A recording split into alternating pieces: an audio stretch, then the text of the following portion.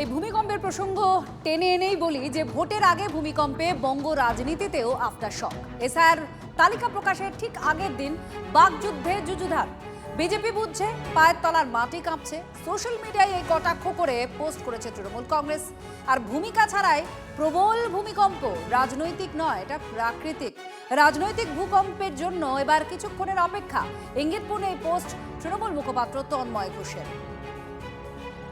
এই ভূমিকম্পকেই, প্রাকৃতিক এই ঘটনাকেই টেনে আনা হয়েছে রাজ্য রাজনীতিতে।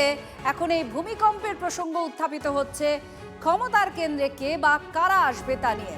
প্রদীপ্ত আমাদের সঙ্গে রয়েছেন, আমাদের প্রতিনিধি। আমরা এটা নিয়ে একটু কথা বলবো। প্রদীপ্ত, তন্ময় ঘোষ তৃণমূল কংগ্রেসের মুখপাত্র, তিনি বলছেন যে রাজনৈতিক ভূমিকম্পের জন্য এবার কিছুক্ষণের অপেক্ষা, মানে এসআইআর এর উল্লেখ করতে চেয়েছেন তিনি।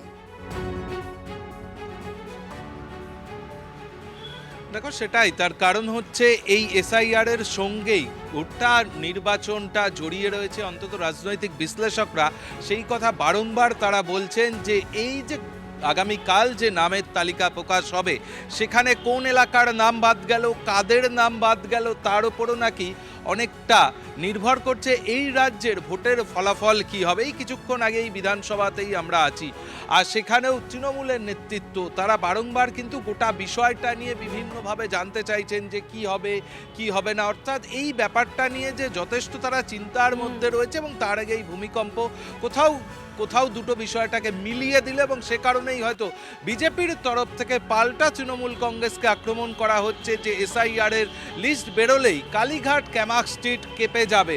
আবার তৃণমূল কংগ্রেস বলতে শুরু করে দিয়েছে ইতিমধ্যেই যে বিজেপির পায়ের তলার জমি কোথাও হারাতে তারা শুরু করেছে। বিজেপি পায়ের তলার জমি হারাচ্ছে তা অনুভব করতে পারছে এই ভূমিকম্পের পর। কিন্তু তৃণমূল কংগ্রেসের সমাজ মাধ্যমের যে পোস্ট, সেটাও যথেষ্ট তাৎপর্যপূর্ণ। এবং ঘটনাচক্রে আগামীকালই এই রাজ্যের এসআইআর পর্বের একেবারে শেষ লগ্নে যখন চলে এসেছে, চূড়ান্ত ভোটার তালিকা প্রকাশ হবে, তার আগেই ভূমিকম্প এই রাজ্যের রাজনীতিতে। তন্ময় ঘোষ যার পোস্ট আপনারা সামনে দেখছেন, আমরা কথা বলছি যে পোস্ট নিয়ে, তিনি এই মুহূর্তে আমাদের সঙ্গে রয়েছেন ফোনে। তন্ময় বাবু, আপনি কালকে যে এসআইআর এর তালিকা বেরোবে সেটার কথাই নিশ্চয়ই ইঙ্গিতপূর্ণভাবে বলার চেষ্টা করেছেন। কেন আপনার মনে হচ্ছে যে এটাই ভূমিকম্প হতে পারে, এটাই কারণ? দেখুন, বাঙালিরা হচ্ছে সাহিত্যের মানুষ, বাঙালিরা হচ্ছে রসবোধের মানুষ। আপনি জানেন যে আমরা শিবরাম চক্রবর্তীর জাতি, সুতরাং আমার পোস্ট নিশ্চিতভাবে কিছু অর্থবহ তো নিশ্চয়, কিন্তু আগামী দিনে রাজনৈতিকভাবে কি ঘটতে চলেছে সেটা খুব তাড়াতাড়ি স্পষ্ট হবে, এবং সেগুলো আপনারাও জানতে পারবেন। সেই অর্থেই লেখা। দেখতে থাকুন, একটু নজর রাখুন। দর্শকদেরও বলবো আপনাদের মাধ্যমে একটু চোখ রাখুন, নিশ্চয়ই কিছু একটা হবে। ধন্যবাদ তন্ময় ঘোষ, তার বক্তব্য আপনারা শুনলেন, যার পোস্ট নিয়ে আমরা কথা বলছি। কারণ বিজেপির থেকেও এই ভূমিকম্প, আজকে যে ভূমিকম্প হয়েছে তা নিয়ে বারবার বলা হচ্ছে যে তৃণমূলের তলার মাটি কাঁপছে, পায়ের তলার মাটি কাঁপছে। এসআইআর অন্যতম কারণ হবে, তৃণমূলের ভয় পাচ্ছে তৃণমূল, এই কথা বলা হচ্ছে। তখন তৃণমূলের তরফ থেকে এই পাল্টা পোস্ট করা হয়েছে, যেখানে তারা বলছেন যে আর সময়ের অপেক্ষা। এসআইআর লিস্টের আগে বাংলায় রাজনীতির ভূমিকম্প তুঙ্গে তর্জা। ভোটার লিস্ট বেরোলে কালীঘাট ক্যামাক স্ট্রিটে ভূমিকম্প হবে তৃণমূল যেন প্রস্তুত থাকে। শাসক দলকে জবাব বিজেপি বিধায়ক শঙ্কর ঘোষের। ভোটে কে কাকে কাঁপাবে, কি কারণ হতে পারে, এই নিয়ে যুযুধান, দুপক্ষর লড়াই, বাকযুদ্ধ চলছে। এবার বিজেপি বিধায়ক শঙ্কর ঘোষের বক্তব্য শোনাবো। এরপরে ভোটার লিস্ট বেরোলে কালীঘাটে আর ক্যামাক স্ট্রিটে ভূমিকম্প হবে, তার জন্য যেন তৃণমূল কংগ্রেস প্রস্তুত থাকে। একদম, মানে বিজেপি তো এমনি তো ভীত সন্ত্রস্ত, আর যতটা তারা বলেন যে মানুষ অসুরক্ষিত, বোঝা যাচ্ছে যে বিজেপি অসুরক্ষিত। মাঠে ময়দানে তারা নেই। পরিবর্তনের যাত্রার কথা বলছেন, কি পরিবর্তন হবে বলুন? দেশেরই তো এই অবস্থা। আপনি কি পরিবর্তন আনবেন বাংলায়? তাহলে আপনি মাছ মাংস খাবেন না, ডিম খাবেন না, ওই বিভাজনের কথা ভাবতে পারি না। এরা তাহলে সেটাই করবে, এই পরিবর্তনটা আনবে, সেটা তো মানুষ নিশ্চয়ই গ্রহণ করবেন না। এরপরে ভোটার লিস্ট বেরোলে কালীঘাটে আর ক্যামাক স্ট্রিটে ভূমিকম্প হবে, তার জন্য যেন তৃণমূল কংগ্রেস প্রস্তুত থাকে।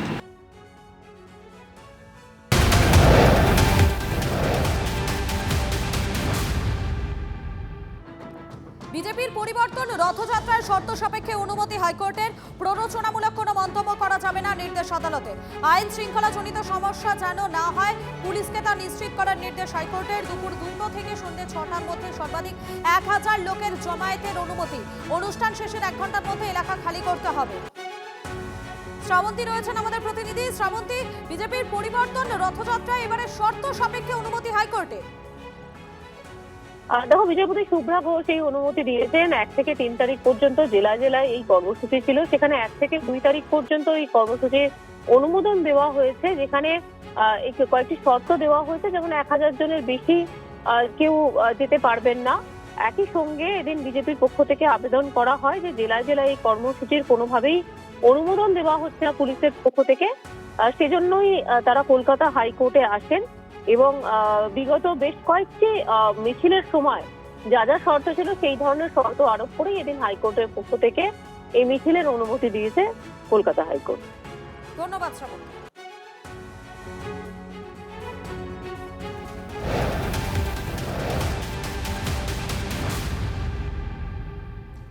এবার চোখ রাখবো হটস্পট ভবানীপুর। মুখ্যমন্ত্রী মমতা বন্দ্যোপাধ্যায়ের বিধানসভা কেন্দ্র, সেখানেই আজকে বিজেপির প্রচার, আর সেই প্রচার সারলেন সুকান্ত মজুমদার। ভবানীপুরে বিজেপির দেওয়াল লিখন ঘিরে তৃণমূল আর বিজেপির মধ্যে স্লোগান যুদ্ধ।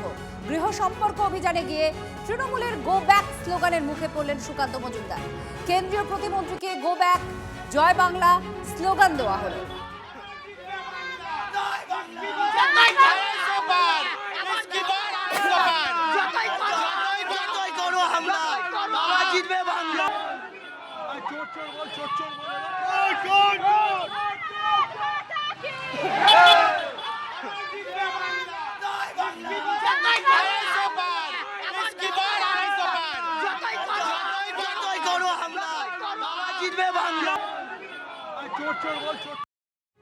ভবানীপুর বিধানসভায় চক্রবেড়িয়া রোডে বিজেপির কেন্দ্রীয় মন্ত্রী তথা বিজেপি নেতা সুকান্ত মজুমদার তিনি এসছেন।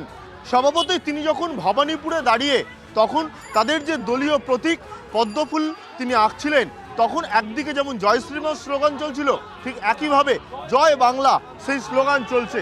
স্বাভাবিকভাবেই ভবানীপুরে একেবারে যে রাজনৈতিক উত্তাপ, সেই রাজনৈতিক উত্তাপ দেখা যাচ্ছে। দিদিকে চাই সেই বিষয়টা বলা হচ্ছে। স্বাভাবিকভাবেই যখন জয় শ্রীরাম স্লোগান সুকান্ত মজুমদারের সামনে করা হচ্ছে, তখন তার পাল্টা জয় বাংলা স্লোগানও চলছে। ক্যামেরায় মাখন পাত্রের সঙ্গে সুশমন ভট্টাচার্য, TV9 বাংলা। ভারতবর্ষের এলাকা, ভারতবর্ষের আইন, ভারতবর্ষের সংবিধান এখানে সব থেকে বড়। ভারতবর্ষের সংবিধান আমি সহ আপনাদের সবাইকে, আমাদের সবাইকে অধিকার দিয়েছে যে যার রাজনৈতিক মতাদর্শ অনুসারে রাজনৈতিক দল করবে, প্রচারে যাবে, থাকবে। এসব পাতাখোরদেরকে ধরে নিয়ে এসছে, মদারু মহম্মদ মাতাল সব পাতাখোর। এই যদি পার্টির অবস্থা হয়, ছবি এক একজনের ছবি দেখান তো যে সমাজে এদের অবদান কী। এরা যদি তৃণমূল কংগ্রেসের ব্র্যান্ড অ্যাম্বাসেডার হয়, কিন্তু তৃণমূল কংগ্রেস দলটার তাহলে কি অবস্থা? এই পাতাখোর, পাউচখোর সব এখানে সকালবেলা এসে চলে এসছে। মমতাদি ছাড়া আর কোনো বিকল্প নেই এখানে। দিদি আর অভিষেক দা ছাড়া আর কেউ নেই।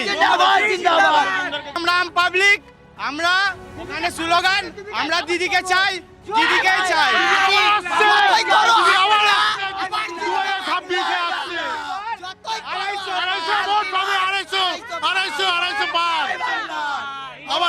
স্লোগানটা ওরা দিয়েছে, ওরা ভারত মাতা কি জয়, আমরা বলেছি জয় বাংলা। এই হলো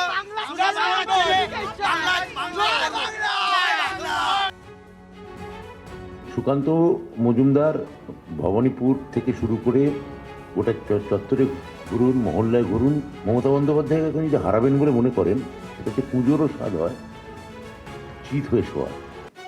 এই প্রবাদ ছাড়া আমার আর কিছু বলার নেই। আর যদি জয় শ্রীরাম আর এগুলো হয়, সম্প্রতি মাননীয় প্রধানমন্ত্রী তিনি জয় মা কালী বলে একটা চিঠি পাঠিয়েছেন, এবং আমরা জানি অতীতে বাংলার ডাকাতরা যখন আসতো কোনো গৃহস্থ বাড়িতে ডাকাতি করতে, তা শুরুতে লেখা থাকতো জয় মা কালী। আপনার বাড়িতে আমরা ডাকাতি করতে যাব, আপনাকে আগে থেকে সতর্ক করিলাম, অত ভরা পেটি যদি আমাদের বা স্বর্ণমুদ্রা এবং মোহর যদি আমাদের না দেন, এই বলে বিশু ডাকাত রঘু ডাকাতরা বাংলায় গৃহস্থ বাড়িতে ডাকাতি করতে যেত। তা অনেকদিন পর মাননীয় প্রধানমন্ত্রীর লেখা জয় মা কালী চিঠি সম্বোধনে সেই রঘু ডাকাত বিশু ডাকাতের স্মৃতি আমাদের মনে জাগ্রত করে তুলছে।